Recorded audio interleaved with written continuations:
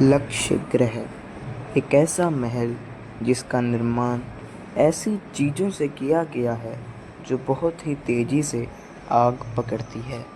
लेकिन इस सब से पांडव एकदम अनजान थे। पांडव एक उत्सव देखने के लिए वरनावत आए और इस महल में रहने लगे। और एक रात उन्होंने महल में सभी नगरवासियों के लिए भोज का आयोजन किया। लेकिन यह कोई मामूली रात नहीं थी।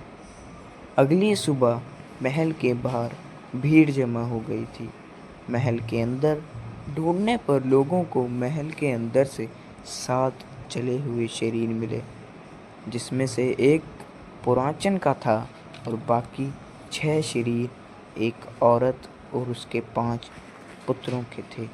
सभी नगरवासी यह खबर लेके राजा धृतराष्ट्र के दरबार गए। सभा में एक शोक की लहर दौड़ गई और पूरे सम्मान के साथ उन 6 शवों का अंतिम संस्कार किया गया। लेकिन अगर सच में पांडवों की मृत्यु हो गई थी तो फिर महाभारत का युद्ध कैसे लड़ा गया? इस बात का जवाब जानने के लिए हमें इस कहानी में थोड़ा पीछे चलते हैं।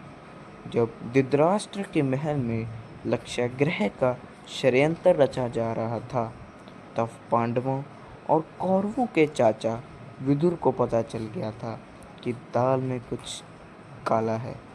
जैसा ही विदुर को षड्यंत्र का पता चला तो उन्होंने पांडवों को सावधान कर दिया और फिर पांडवों ने लक्षागृह में एक सुरंग बनाई।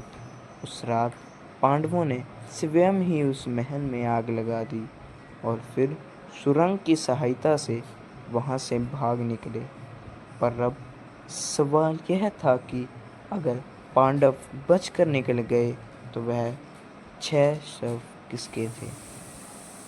वह 6 शव एक महिला और उसके 5 पुत्रों के थे, जो उस रात उस महल में खाना खाने आए थे और वह शराब के नशे में धुत होकर महल के अंदर ही रह गए थे।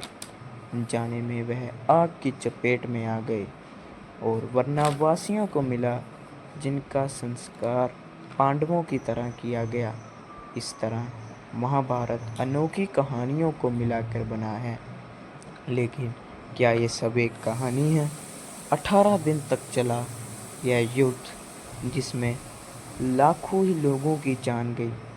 इतना खून कि कुरुक्षेत्र की मिट्टी लाल हो गई। कई लोगों का यह मानना है कि यह सिर्फ काल्पनिक कहानी है, लेकिन दुनिया के हर कोने में कई विशेष महाभारत के रहस्यों को सुलझाने की कोशिश कर रहे हैं। इस पर कई शोध हुए हैं और कुछ सबूत भी सामने आए हैं जो दर्शाते हैं कि महाभारत सिर्फ एक कहानी नहीं है, बल्कि हमारी संस्कृति का अभिन्न अंग है। महाभारत की सटीक तिथि बताई गई है जब श्री कृष्ण की मृत्यु हुई और कलयुग का आरंभ हुआ।